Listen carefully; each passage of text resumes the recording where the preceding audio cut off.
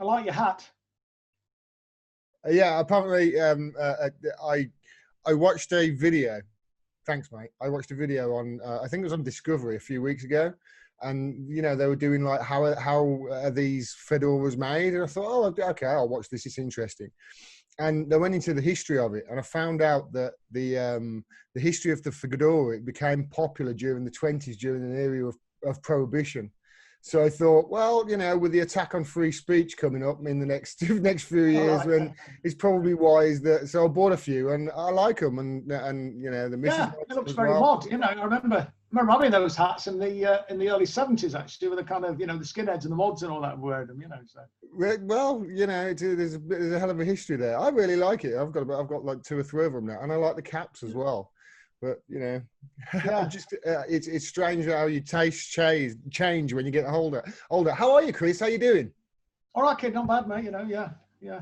Good. I brought you on because I wanted to talk to you about the last time I spoke to you. We were talking about the so-called EHRA, the Equalities and Human Rights, or EHRC rather, the Equalities and Human Rights Commission. I think it was at the end of October, beginning of November, because they'd released this report into Labour, hadn't they, that had said that Labour had, quote, acted unlawfully. Who are the arbiters of that, mate? Wait, pardon? Who are the arbiters of what's unlawful and what's lawful in this country? Are the EHRC, are they? Well, the EHRC is not fit for purpose. It's a partisan organisation that really has had its credibility called into question, not just by people like me, but, you know, former commissioners, the committee of the House of Commons, and frankly, I think it should be wound up and a different body put in its place. It's far too close, in my opinion, to the Conservative Party, and I think their report isn't really worth the paper it's written on, and there will be a challenge, in fact, to that. It won't be coming from the Labour Party. I can't say any more than that, but there will be a challenge to some of their findings that will be revealed in the fairly near future. There will be legal action being taken. Right. Okay. Obviously, can't ask too many questions about that then. If there's legal action pending, what's the latest with it then? What can you tell me with regards to what's happening now and what's about to happen and what has transpired over the last few weeks, months since we last spoke? Well, of course, they were planning to name me in the report. They were accusing me of harassing the Jewish community. They were forced to back down on that. They had to remove my name from the report, and along with that, 3 other people. They ended up making a finding against 2 individuals, and on that basis, they determined that the Labour Party was guilty of harassing the Jewish community. It's a despicable thing to have said, and it's particularly appalling given the 2 people that they've cited, one of whom is Ken Livingston, the other is a councillor in the north of the country called Pam Bromley. But if you look at Ken's record, I mean, Ken, in my opinion, has probably done more than any individual in this country to promote and take forward the cause of anti-racism. And for him to be smeared in this way by a public body, it's really unacceptable. And it's therefore important that, you know, we call into question what they've done. And, you know, I think using the legal mechanisms at our disposal, take action to try and, as it were, correct the record. Okay. What's you say they're connected to the Conservative Party? What are the connections, Chris? Remind me of what the connections to them are and how close they are to the Tory Party. Well, I mean, some of the individuals, I mean, you know, very close in the sense that they've, you know, been appointed by the Conservative Party. They have Conservative Party affiliations. I mean, they were the chair has even been criticised by, you know, people close to the EHRC for not actually taking a robust stand against the Conservative Party's record. And you look at their accusations that they've been subjected to, the Conservative Party, that is, in relation to Islamophobia. They've failed to take any action against the Conservative Party and determined that the Conservative Party is capable of putting its own house in order. Yet at the same time, you know, they've been involved in taking action against a Corbyn-led Labour Party, as it was at that time.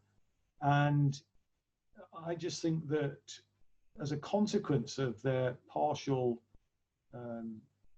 approach that they've taken, it really does, I think, lead one to the conclusion that this is an organisation that it shouldn't be taken seriously, that is actually pursuing a political agenda rather than a genuine sort of equality agenda.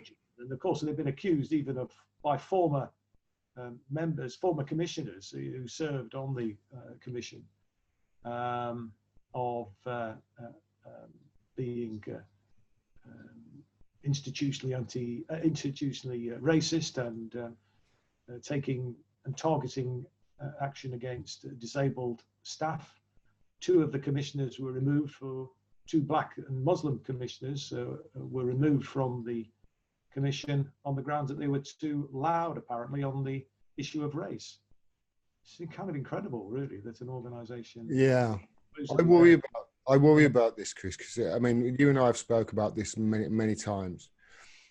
I believe what they're doing here is they're trying to make out that Zionism is a religion and not a political ideology, and they're trying to blur the lines here between them. And obviously, as the last time I spoke to you, you know, what worries us and what I think is not on at all is that all of this seems to be, to me, and correct me if I'm wrong at all, but it seems to me to be as if they are sort of like maneuvering a narrative down a very narrow path with regards to this anti-Semitism path, and trying to blur lines between the will of Jewish people and what Jewish people think and want and wish for, not just Israel, but, you know, the world. They're trying to conflate that with what Zionists want. And this isn't a huge amount of the Jewish people, is it? It's sort of taking a very small minority of Jewish people and what they believe and portraying that as if that is the mainstream. Isn't that right, Chris? Isn't that really what they're doing here? Well, they're certainly promoting the Zionist line. There's no doubt about that, and conflating anti-Semitism with anti-Zionism. And the interesting thing is that a significant proportion of the Jewish community who are anti-Zionist, and indeed a number of the people, many of the people, in fact, who've been suspended and expelled from the Labour Party, are themselves Jewish. And this is the irony of the situation.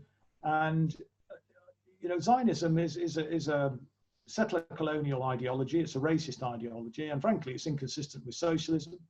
It's inconsistent with decency, in my view, and should have no place in any party that claims to be progressive, let alone socialist. And for an organisation, a public body, well, for a public body actually to intervene in the activities of a political party, a mainstream political party, I think is beyond the pale anyway.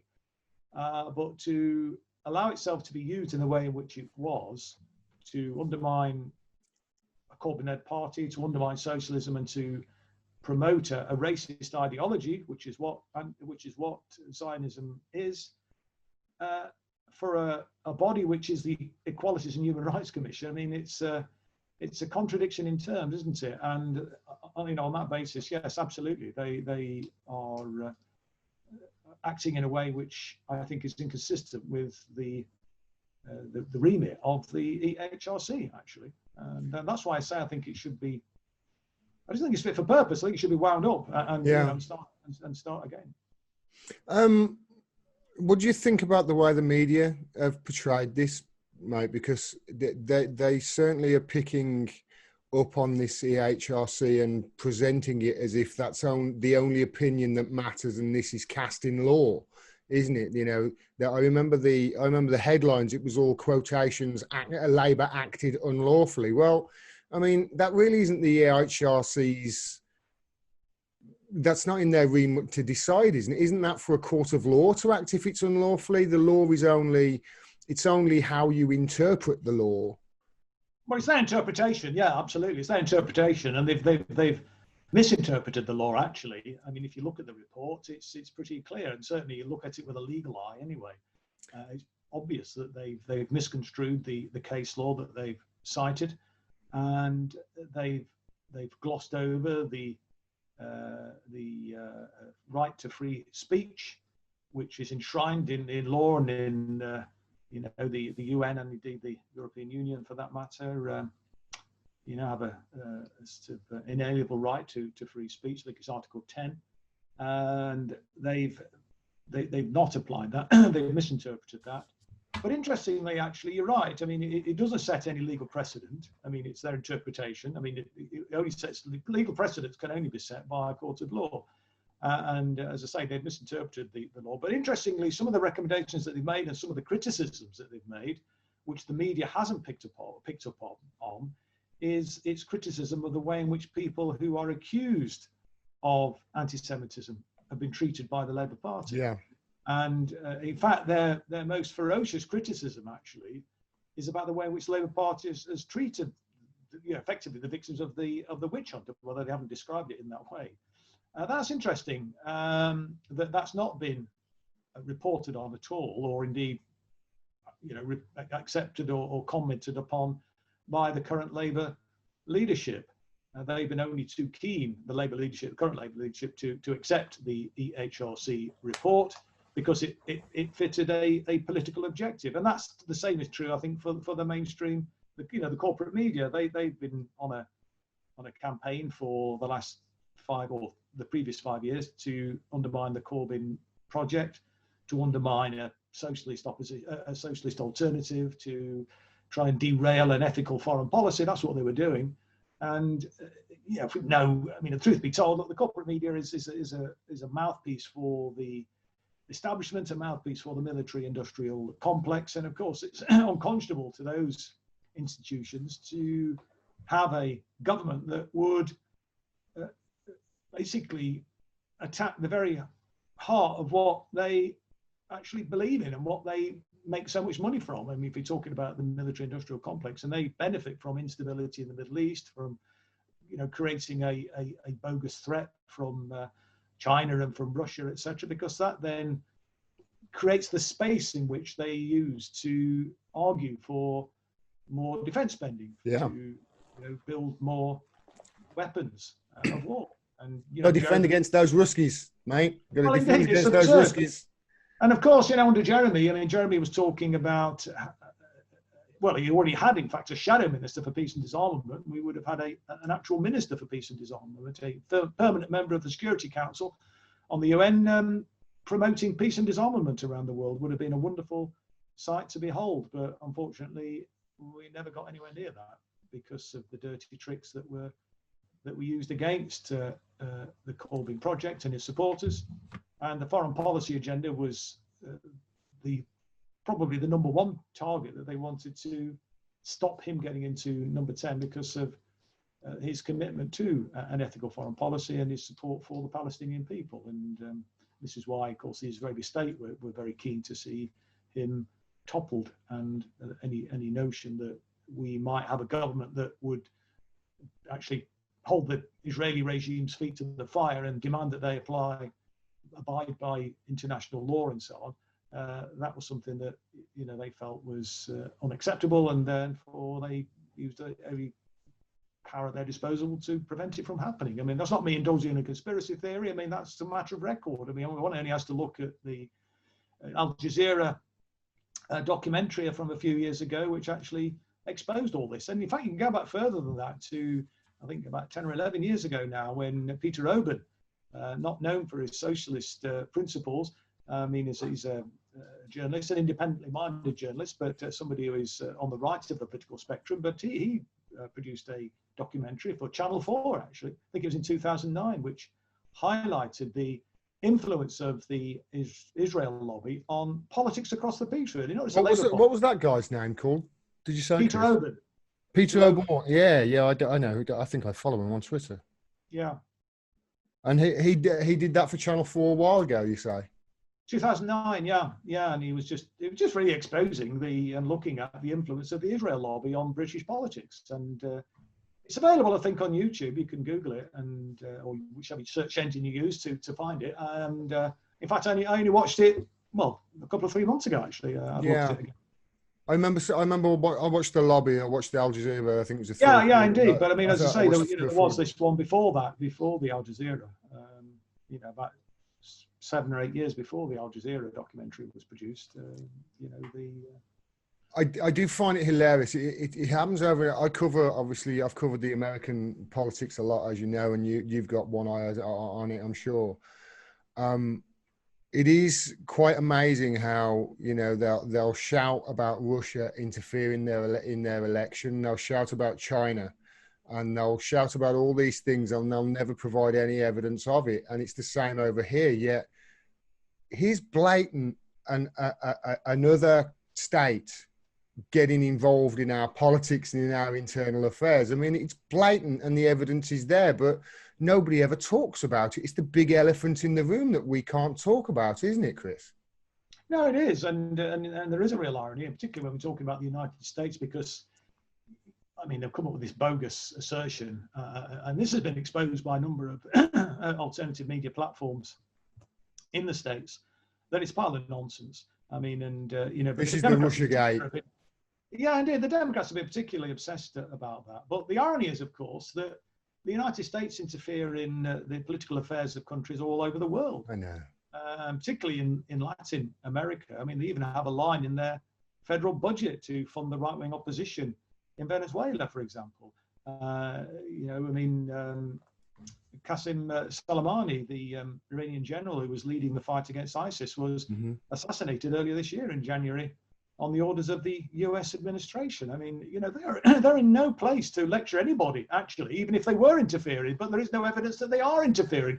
But it's all about manufacturing this fear, isn't it, I think, that they are obsessed with doing. And, you know, the consequences are quite dire, really, for world peace and indeed for our people of our sort of political persuasion, I suppose, to try and to build a good society, a decent society, and prioritize actually, you know, eradicating poverty in the country and reducing inequality and improving our infrastructure and having decent public services and adequate, you know, social care provision and, you know, good quality pensions, reducing the working week and, you know, giving people secure employment and access to decent housing and, you know, eradicating street homelessness across the piece. You know, all these things are doable, and it seems that, you know, that's not the priority. The priority is on you know, war and making money from armaments. I mean, it's a tragedy, really. I mean, and lots of our manufacturing industry, of course, over the last 40 years has been closed down and offshored to low-wage economies, and the kind of last remaining, well, not the last remaining, but, you know, because there is still other elements of manufacturing, but it's a shadow of what it previously was. Where you know it's thrived has been in manufacturing armaments. But even there, you know, you look at the number of jobs in the defence industry over the last 35, nearly 40 years. It's actually hemorrhaged hugely from, I think, 400,000 people working in defence in 1981, I think it was, to around 140,000 today. So it's all been robotized and robots doing the work. Well, there is a bit of that. I mean, some of it's been offshored, of course, as well. But yeah, I mean, but, you know, it's like John Maynard Keynes said nearly 100 years ago that by this time, you know, we should only be working a 15-hour week. You know, use new technology for the benefit of ordinary people, working people, as it were. And I mean, as a lad, when I was growing up in the 1960s, we were being told to get ready for the leisure generation because by the 1990s, we're going to be working 15 hours a week. That's what we were told. And yet, you know, people have to work longer hours than they've ever worked if they can get work. I mean, you've got this ridiculous situation now where many people are underemployed. Others are trying to work all hours God sends because, you know, wages are so paltry. Yeah, there is no justification for any of that. You know, there really isn't. So we have our own sovereign currency, a big economy. You know, with political will, we could literally eradicate poverty and do all those things I mentioned about improving infrastructure and public services and have decent housing and better pensions and all the rest of it, rather than telling people they had to work until the drop. I mean, the irony is, of course, it was a Labour government, new Labour government, that actually increased the pension age. I know the provision for it was made by the Tories, the legislation came in, but it was Labour that enacted it and went further. You know, we're telling people, you know, that you've got to work until you drop, the country can't afford it. It's just not true. It literally is not true. It's a lie. And we should be exposing that.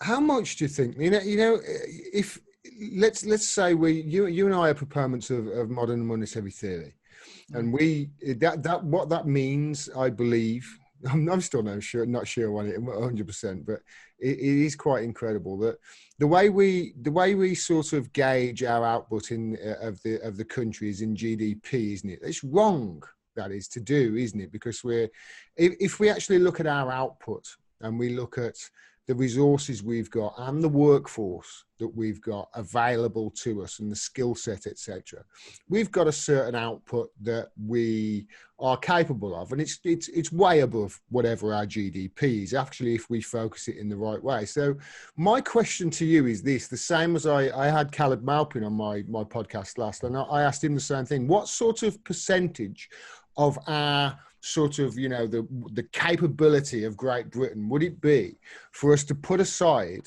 and say, right, okay, if you're British, because we're great, you get a roof over your head and a standard of living where you don't have you don't have to worry about being fed. You get a food in your belly, you get light, you get heat, you get healthcare, you get an education. What sort of percentage do you think would it need for us to really do that if we, as a country, went, you know what, we're going to do it? Well, we could do it tomorrow if we wanted to. We really could, couldn't we? And I keep thinking about it, and I keep thinking, the bastards, if they're not doing this, it's because GDP, it would be gross good. domestic product, measures all the wrong things. I mean, if look, Britain, according to GDP, I'm not sure where we stand now following the COVID crisis, but that's affected the entire world, so it will have affected economies everywhere. But I mean, before that hit, Britain was the 5th biggest economy in the world by GDP measure. And yet we've got 14 million people living in poverty, 1.5 million people destitute, millions of people in precarious employment, millions of people unable to access decent, good quality housing, the pension age, on the increase, etc., etc. And, my point was, and this was the issue I was actually pushing when I was still a Labour MP in relation to Brexit, that the Labour Party should have said, we will get Brexit done, but we will deliver a people's Brexit, and we will use the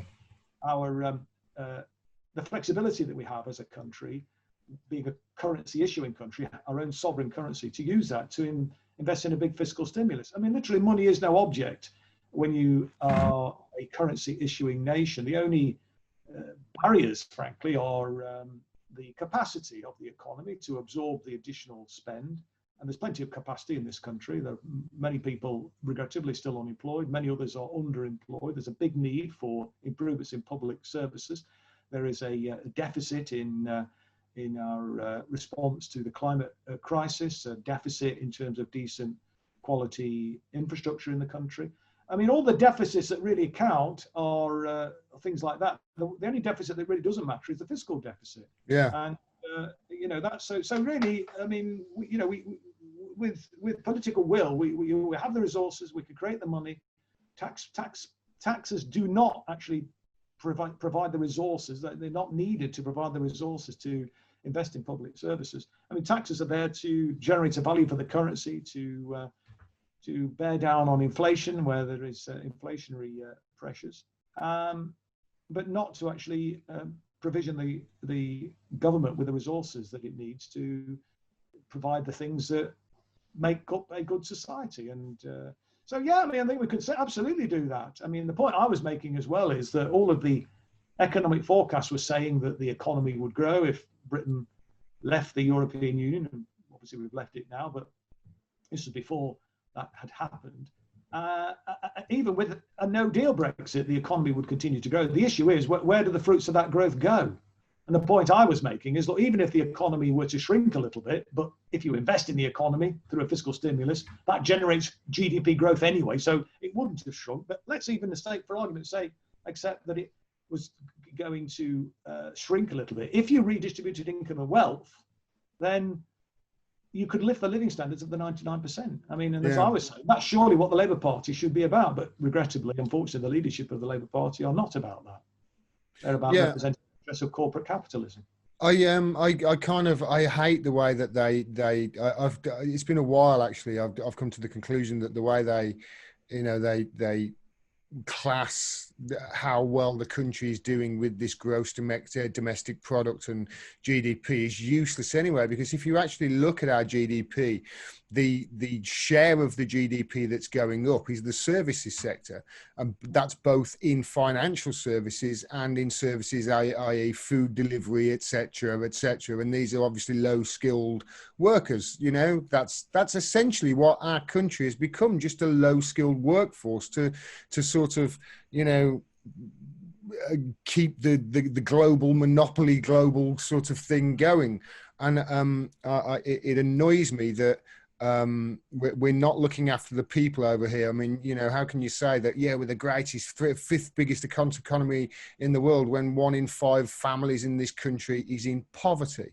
Yes, it's an absolute outrage. I mean, Bobby Kennedy, funnily enough, in the 1960s, recorded a short, wasn't a video in them days, a short film about GDP and about how useless it was as a measure of economic success. When did you say this was the 60s, mate?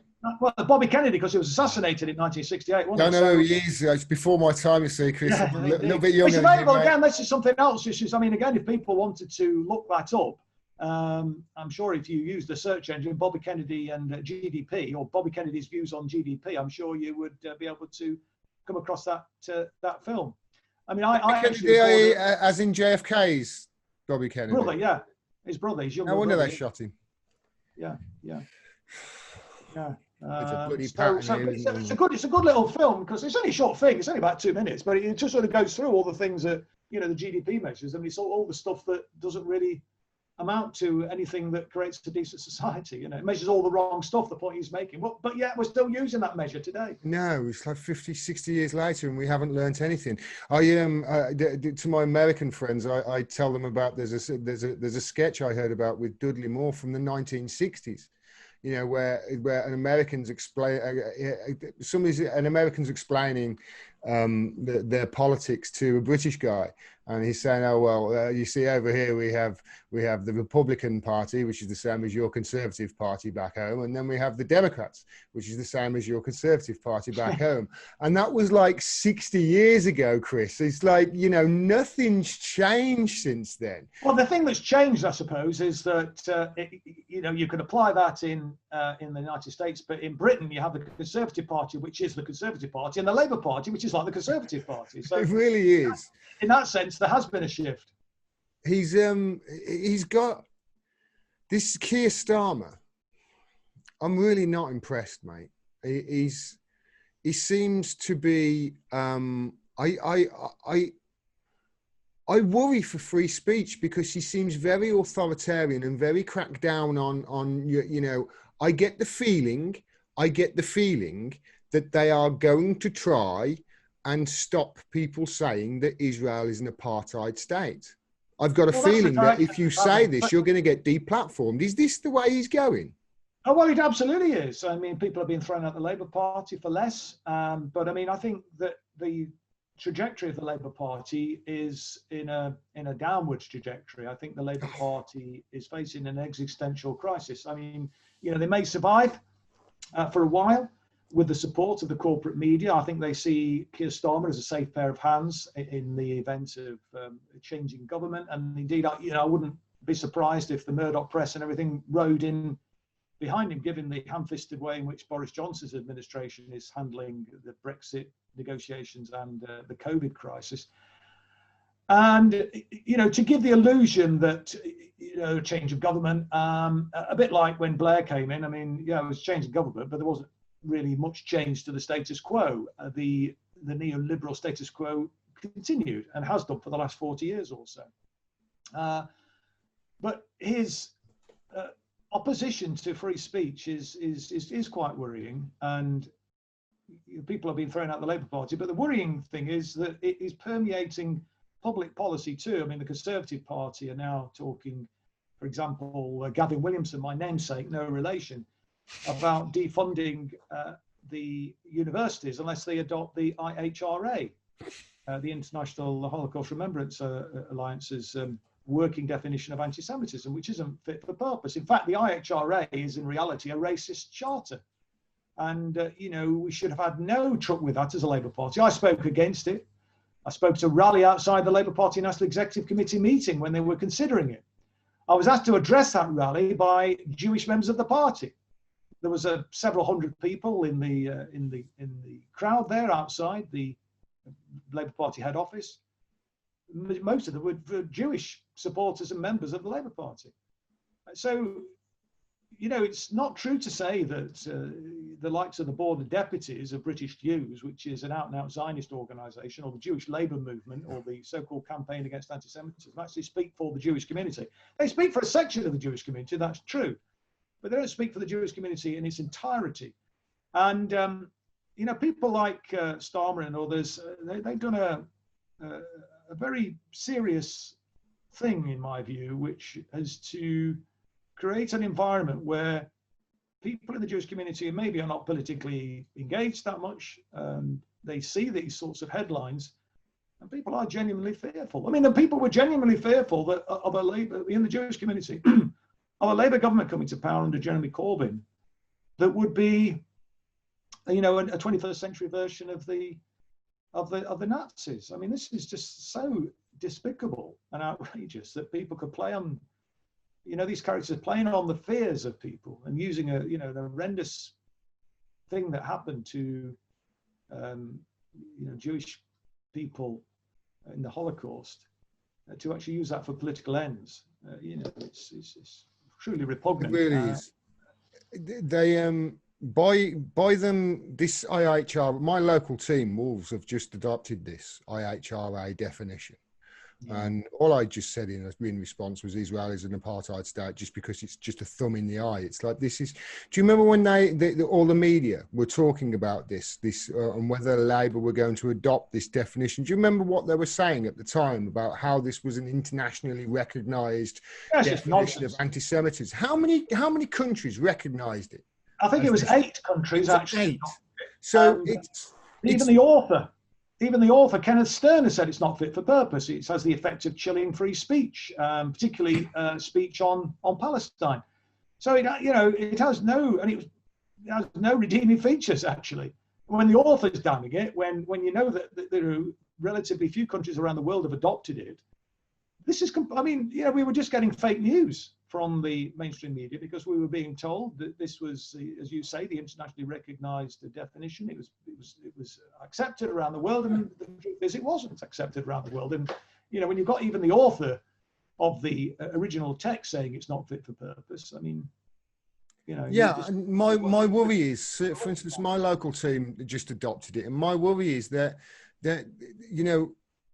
when this sort of things happens, they're not talking to a cross section of the Jewish community here. I feel as if they're talking to a very minute, tiny section that are using this to further their own ends, and their own ends is the prohibition on speech. Hence the hat, the prohibition on free speech and being able to say, no, this is. Orthodox Jews are not on board with this Zionist way of thinking, and I worry that this is really getting conflated. And yet again, Chris, it's the Jewish people who are, it's causing, much like when they smear Julian Assange. We'll talk about him if you've got a few minutes after what happened last night, John. But much like when they smeared him with, I'm not drawing comparisons here, but much like when they smeared him as a rapist with the Sweden thing, they do a disservice to people who actually have really been raped, and then the charges have been dropped, etc., because of lack of evidence. Meanwhile, they're keeping this up there. It does a disservice. And it's the same with the persecution here of people saying that things are anti-Semitic when no, they're actually not. They're just anti-Zionist. And it's muddying the waters. And yet again, this causes a rise in anti-Semitism, doesn't it? And the very thing that they say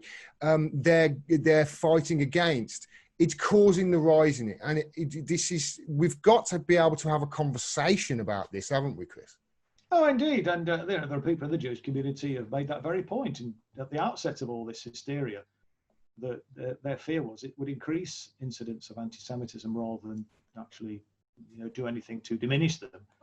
But let's remember that the anti-Semitism where it really exists, it's on the far right. It's not on the Yes, left. It's in the left that it's always stood shoulder to shoulder, you know, with the Jewish community, right back from the 1930s in this country. Battle of Cable Street, which is often cited, in the Anti-Nazi League in the 70s.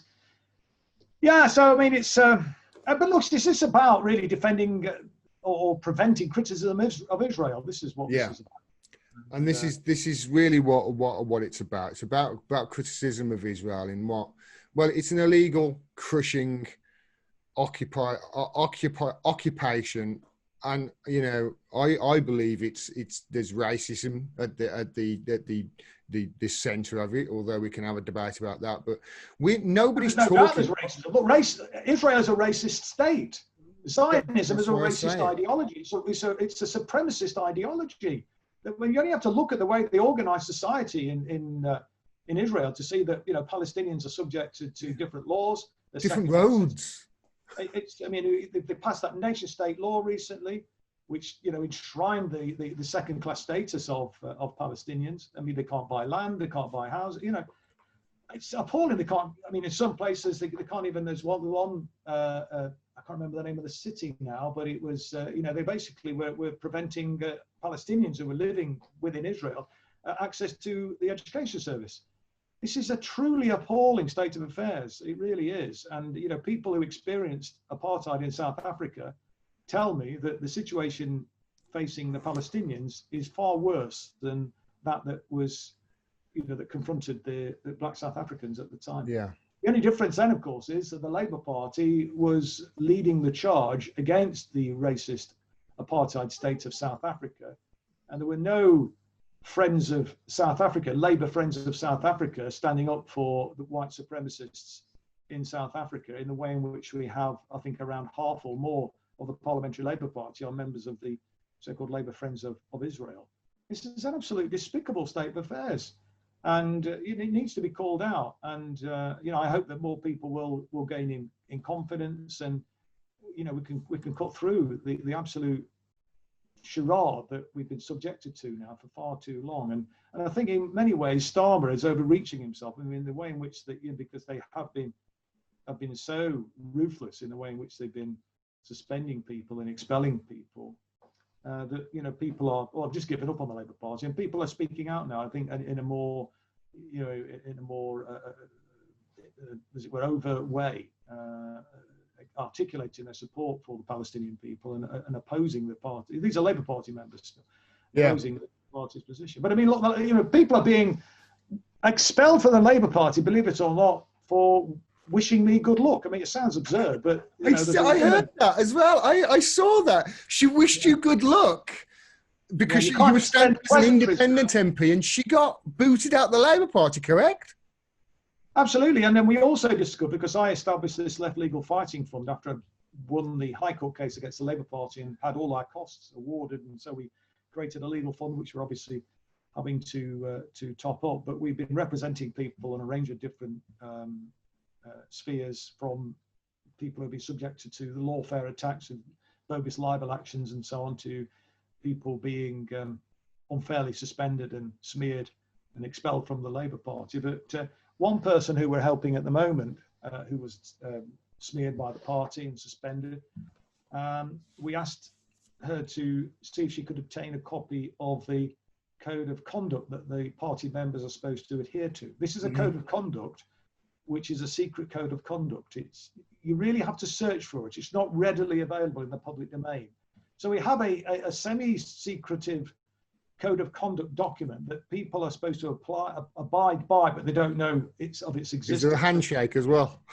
Well, you wonder, don't you? But one of the things one of the things that members are expected to do, and it uses this term, is to shun people like myself, you know, who are deemed to have engaged in anti-Semitic conduct. The Scientologists do this, Chris. They call it excommunicating, don't they? It's incredible, mate. I mean, it really is. It's the most astonishing period I've ever lived through. I never thought I could, you know, see a day where this, you know, could come to pass inside the Labour Party. But I mean, talk about a broken organisation. It's been a hell of a couple of years. It really has. It's been a hell of a couple of years. And something that I wanted to talk to you about while I got you Is there anything you wanted to? Is there anything in particular you wanted to talk about while you were on? By the way.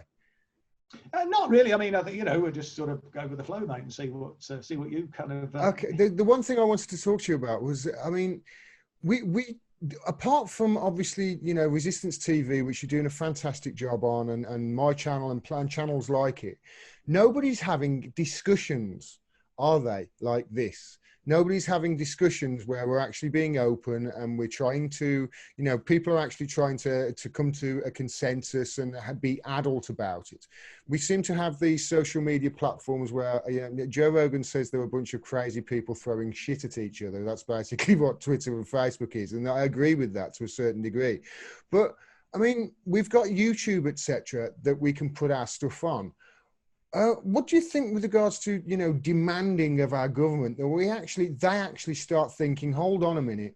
At the moment, we've got these social media platforms are really, I mean, I think they're destroying society, Chris. I don't know about you. They're built, if you've seen The Social Dilemma, they're built to just get people to click so they can sell more advertising. And that is not healthy for society. What you end up with is, I believe, what a society that you've got right now, and that's two sides just shouting and screaming at each other, and nobody's actually having a conversation. And we've got no platform to actually have that conversation on, where we can say, this isn't a platform that's built to, why do we have to build everything to try and make money out of it, for Christ's sake? Isn't speech important? Well, it's a feature, isn't it, of the kind of neoliberal ideology and the kind of marketization of everything, really, the monetization of what was, and still is, I think, in many ways, a good way of, I mean, it's kind of democratized the media to a certain degree. Of course, with the way in which they can use they can sort of adapt the system to limit the reach of certain people who have political views that are unacceptable. The algorithms that they use to limit that. I mean, that's a worrying feature. That, like you say, the way it's been monetized to have adverts and things like that on it.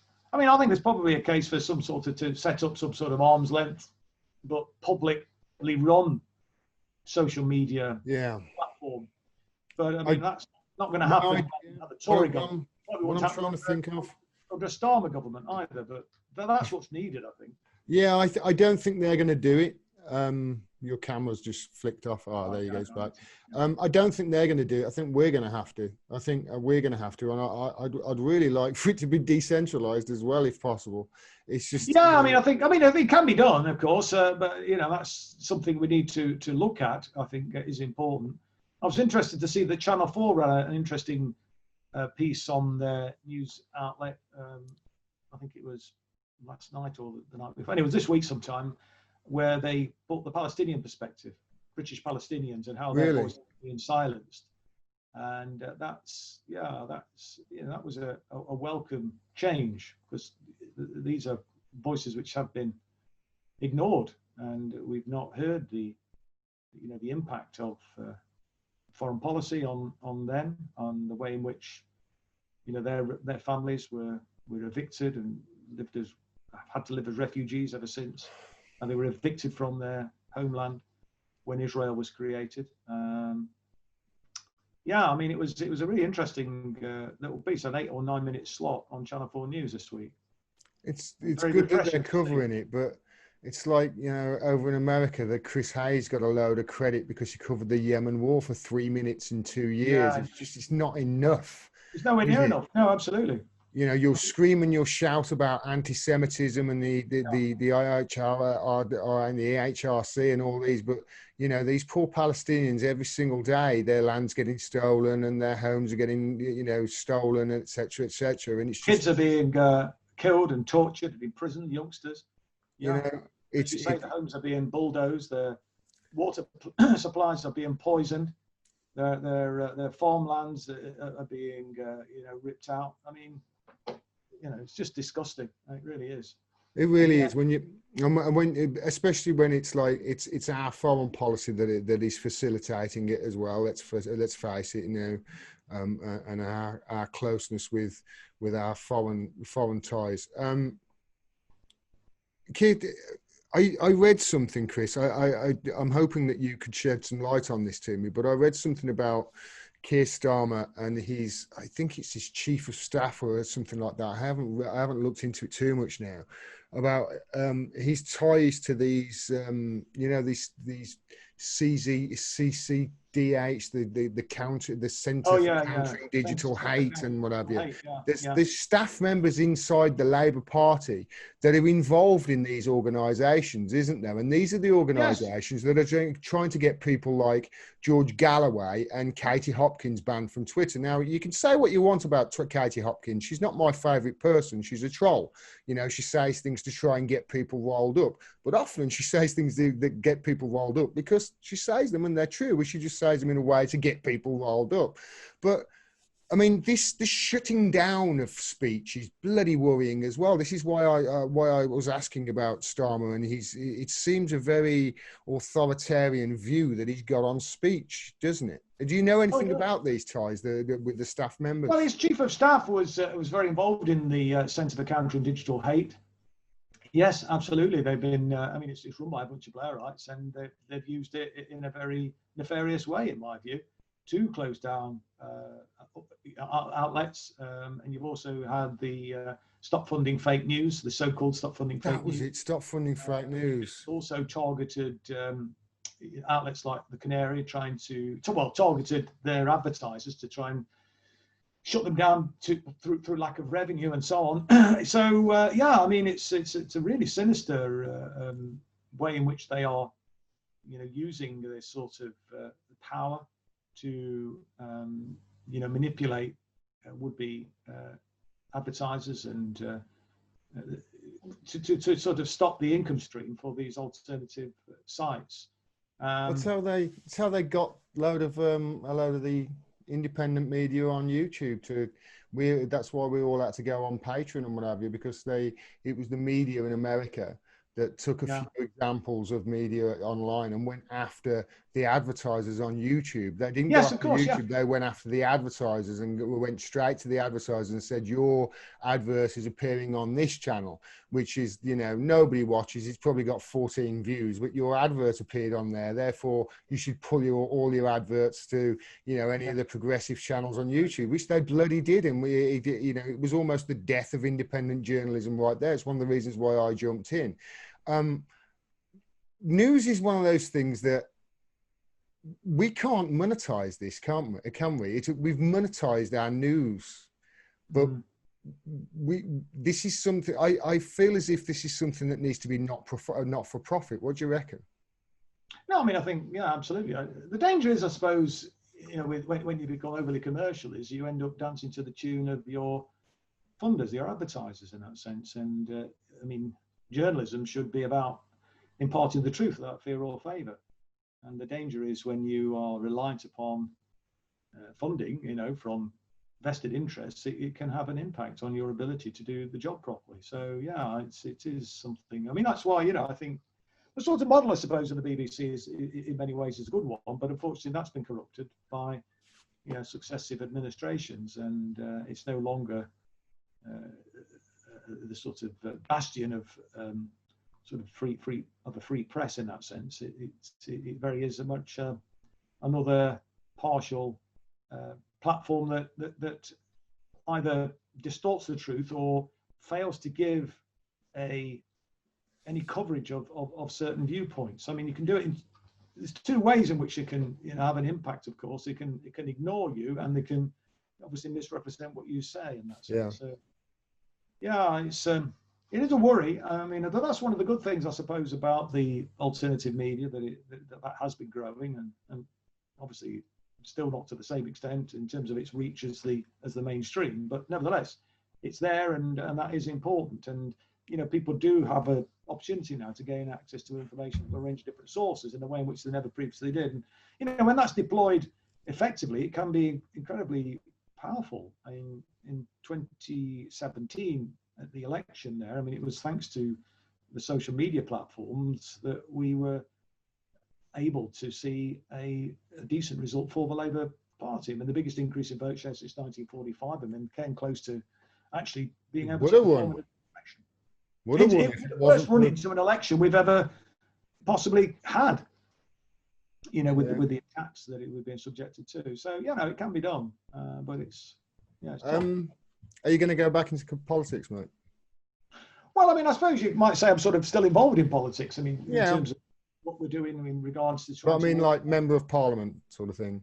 Well, let's see what happens. I'd never say never in that sense. Because you were Derby MP. How long were you MP for Derby? How long were you in the Labour Party? Was it Derby you were in the Labour Party the entire time? Yeah, it was. I mean, 44 years as a party member, 7.5 years as an MP. I mean, 20 years as a councillor and so on.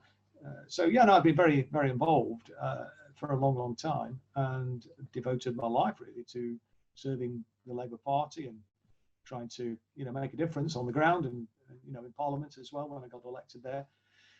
But I mean, I think that my focus at the moment is on trying to build a grassroots movement, and also to assist people that are being targeted by the lawfare tactics of the Zionist lobby, to try and assist people, because often people are just abandoned and they've got no means of defending themselves, and you know, we want to try and level the playing field a little bit. Often Jewish people, it's worth noting as well. Well, it is, yeah, absolutely. I mean, some of the people that were representing, you know, Jewish heritage in that sense. So yeah, I mean, it's a truly chilling state of affairs. But yeah, so that's where I'm putting my focus. I mean, let's see how things develop. I mean, the key thing for me is building a social movement. That's even more important than, you know, another alternative political party. Ultimately, a new electoral vehicle, I think, will be needed. But unless you've got that strength in depth, I don't think it's going to get very far. It will tend to lose its way. You know, this is why I was so passionate about democratizing the Labour Party and embarked on that democracy roadshow to, you know, make the party more accountable to its members, to essentially think about a participatory democracy inside the Labour Party, with a view to then going on to democratize society. And that's the point. It's a means to an end. It's not an end in itself. But one was to obviously make MPs accountable to grassroots members, but also to put grassroots members in charge of determining policy, and to repurpose the regional offices of the Labour Party to be focused on developing constituency Labour parties, on political education, and even more importantly, to be involved in community organising, particularly in working class communities, to, as it were, be bringing people in and making people feel that, you know, it's their movement, that they have power over the direction of travel in that sense. And, you know, given the modern technology that we have access to, that's very doable in terms of involving people in making policy. It's certainly very doable in regards to making MPs accountable to members and subject to an endorsement process and open selection process in between elections. And it's also very doable with the resources that the Labour Party had. I mean, not so much now maybe, because a lot of people have left and unions are correctly reducing their contributions. I've been hoping to launch a campaign soon to encourage unions to defund and disaffiliate from the Labour Party, but the resources that they had at their disposal under Jeremy's leadership gave them the ability to engage in community organising, and they did appoint a number of community organisers, nowhere near enough actually, and they didn't pay them enough either, to be honest. But I think that's where the focus should be, on building a social movement, and that's so necessary. I mean, particularly if we were ever to get a modest socialist government elected, because they would be subjected to enormous pressure, external pressure, from you know, the capitalist class, from the establishment in this country, possibly even the military. I mean, when Jeremy was first elected, there was a general who went on record saying that he wouldn't tolerate a Corbyn government cutting defence spending, withdrawing from NATO, or scrapping Trident. And he said he would use fair means or foul to prevent that from happening. So, you know, there was huge. Now, the way in which you would, I think, defend that or resist that would be through having a big, strong social movement. Yeah. To potentially come out onto the streets and say, no, we're not going to accept this, you know.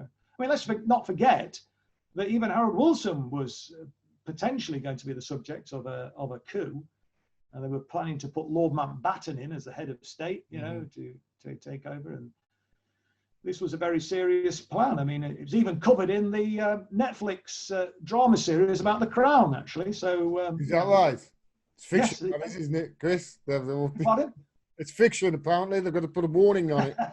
Well, yeah, I mean, but there was a lot of publicity at the time about it. Well, say at the time, I mean, afterwards, I mean, Harold Wilson, did relegate. I mean, a lot of people were, saying, oh, it's just conspiracy theory, it's crackpot and all the rest of it. But I mean, it's come out that there was a genuine attempt to, or not an attempt, but there was genuine consideration being given to a coup against that Labour government. It's subversion of democracy. I mean, if you've seen the last few years, this is basically what I think has been happening. They've been subverting democracy. I mean, Jeremy Corbyn should, in my opinion, be Prime Minister. He should have been since 2017. And if it wasn't for members of his own party, as we know from that report that was leaked, he would have been Prime Minister in 2017. It was his own party that stopped him.